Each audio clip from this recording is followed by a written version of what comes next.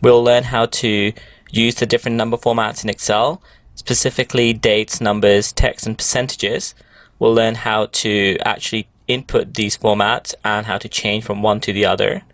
And then I'll talk you through some of the options we have available. And lastly, I'll actually show you a slightly advanced feature called custom formats, and I'll go into brief details of what you can achieve with it. So let's get started. So we're in Excel here, and I've opened up this workbook that you can download. It's called Number Formats. And in this workbook, you'll see that I've given 6 probably the most commonly used number formats, as well as examples of what they look like. In fact, Excel actually has 11 different number formats, plus an additional format called custom, which we'll have a look at later. So the most common ones are text, and this is just any sort of textual entry. So it'll start with a character from the alphabet. It could be a local alphabet, and then it can have, after that character, numbers as well. That's fine. Then we have numbers, and these could be whole numbers, or you can have decimal places. Then we have currencies, which are essentially numbers, just with a currency symbol as well. And important to note about currency is, even though here you'll see that I've displayed the pound sterling because I'm in the UK, you can actually set this to whichever locale and whichever type of data you have. So you can set this to US dollar or maybe yen or whatever else you're working with. That's perfectly fine, and we'll look at that in a minute. Then we have date and time. Time you may not use as much, but date, again, as with currency, you can set, and actually by default it's set to whatever locale you're in, so whatever you've chosen as your local destination when you're installing Excel. So in my case, it's set with the UK date format, which is day, month, and then year. But if you're in the States, for example, you'll probably use month, date, and then year after that. Then lastly, we have percentages. This is probably something you'll use quite frequently, and it just helps you because then when you want to show percentages, you don't have to times a value by 100. You can just leave them as decimals. And then we can have a look at that in the next section in a lot more detail. So how do we actually enter and tell Excel which number format we want? Well, as with everything in Excel, there's multiple ways of doing this. The most easiest way is to just type in the format that you want, and Excel is usually clever enough to work out what you mean when you type something. So if I type, I don't know, if I type my name is, it will know that this text and it's not going to try and convert that. But if you want to be really specific and make sure you're working in the format that you need for your data, then you should definitely tell Excel what to expect in there. And the way we do this is, if you have a look, if you just select any cell, you'll note in the Home tab, in the Numbers group, these are where your options live. So you'll see here it says something called General, and this is what Excel tells you to use by default. So this is basically Excel saying, I don't have a number format, so I'm just going to assume, whatever you put in there is the number format. And actually, even though we've put text in this cell, E3, it's actually treating it as general. And that's because there's nothing special in there. But if I choose, for example, this format here, you'll see that changes to number because it realizes that, 3 is a number, and especially if you put 3.14, that is definitely a number. But you can change this by either clicking on this drop down. So let's put in a number, for example. Let's put in 5. And when I go on there, you'll see that it's still general. It's still showing up as 5. But if I drop down and I can click number, it'll automatically add decimal places here, which is great. There's a bunch of other formats we'll go through in a second.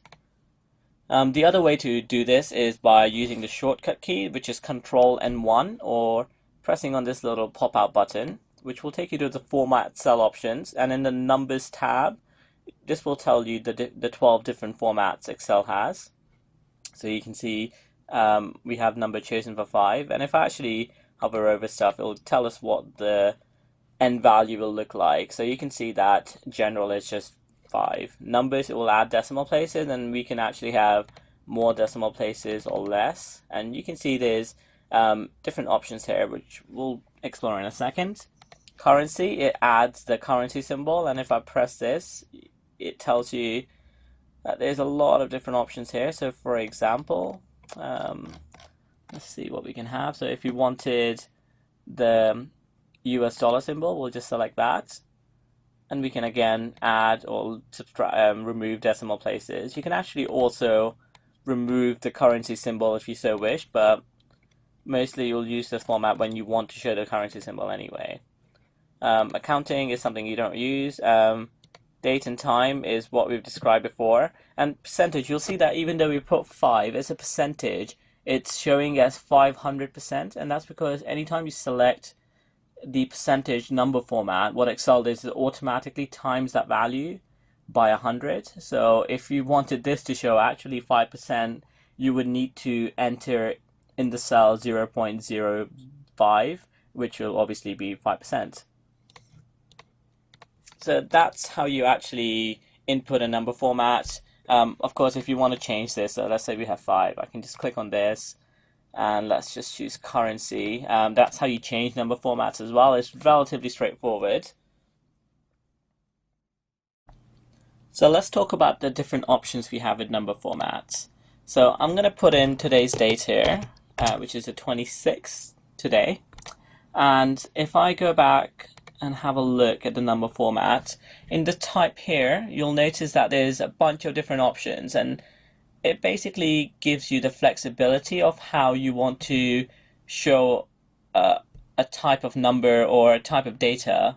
So in this case, when I've selected this, I have different options. So if I select this option, you'll notice that it will actually show you the date, the full month, and so on and so forth. And again, you can change your location, which will give you additional formats, an additional option based on how you display dates, for example, in this case.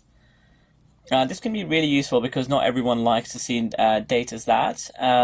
I personally don't mind this. Sometimes I actually prefer using the full month, and it depends how much data you have. So here, 26th of April looks a lot better, and that's a great way to display dates sometimes. Again, with different numbers, you'll have different options. So for example, if I type in, let's type in 10 and change this to a number format. Now, if I go into the options for this, you'll notice that there's different options for negative numbers. So what we can actually do is automatically tell Excel that anytime we enter a negative number, show it as red, or let's say just show it in the same color with a decimal place, but add a minus sign, or I like this one, so let's show it as red, but with the negative or minus sign in front of it as well. So let's select this. Obviously at the moment it doesn't do anything, it's just showing us 10, but let's instead now type minus 10, and you'll see that Excel's automatically changed that to red, which is great, which could be really useful, especially if you want to show profit or loss, or you want to highlight anytime there's a negative value for whatever reason. This is a nice, quick, easy way of doing that. So also what I want to discuss is something called custom formats. Now, custom formats are amazing. They're probably one of the best features in Excel, and probably one of the most underused features in Excel. Unfortunately, I won't go into too much details with them, just because they can be a little bit confusing and they can be a little bit complicated. But in the next couple of weeks, or shortly certainly, I will try and post a blog post which will detail how to use them. But just to give you a quick demonstration, so let's choose the date we have, and what we can do is, if you select custom, actually Excel already comes with a lot of custom formats that you can mess around with. And if you have a look, it might just look like a random bunch of characters here, but trust me, it means something. But what it allows you to do is actually show data in a way that you want to see data. So for example, actually, I decide I don't like how this is being displayed. What I want to see the date as is just show the date as the two numbers, and maybe show the month as a three-digit code. So January, for example, would become Jan. And instead of the full year, I just want to see the last two digits. Instead of 2014, I just want to see 14. And if you go into the date, you'll see there's not actually an option here for that. But what we can do is make a number format for ourselves. And the way we do this is we just type in the different codes. So at the moment, this is the code we have, which means nothing. But what I want to see is DD, which means that I want two digits for dates. And I actually want a hyphen between them, so I'm going to put a hyphen. And if I type in MMM, you'll see that Excel's put in APR, which is the code for April. If I delete 1, it'll just show you the number, which is 04. If I put 4, it will show you, or 4M, sorry, and it will show you the full name of the month. I don't want that. So let's just leave that as 3. And then I'm going to put YY, which will just show you 14. And that's great. That's all we do. And we click OK. And great. Our date now looks like what we want it to look like, rather than the only options that Excel have. And this option will actually be saved within the worksheet. This is actually an option that already comes within the custom option, so you don't have to do anything. But yeah, this is something that's going to be saved, and you can use them to show, for example, anytime you have a negative value, put it in brackets, or change a million to, whenever you type a number that's a million, to just show 1M.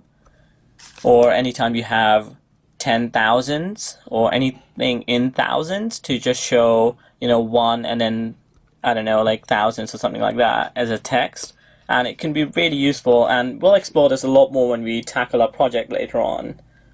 So hope that's useful to you. Okay, so the very last thing I want to show you is to have a look at how Excel treats dates. A lot of the time you will be working with dates, and Excel has quite an unusual way of dealing with dates. So the first thing to note is, by default, Excel counts dates from the 1st of the 1st, 1900. So that's the very first date. And the reason that's important is to add or subtract dates, you can just add in numbers. So for example, if I actually type in 1 and change that to a number format, so you can see 1 here. And if I actually go in and try and put the date format, you'll see that Excel shows you the sample date as the 1st of the 1st, 1900. That's quite interesting. And the reason that's useful is, if I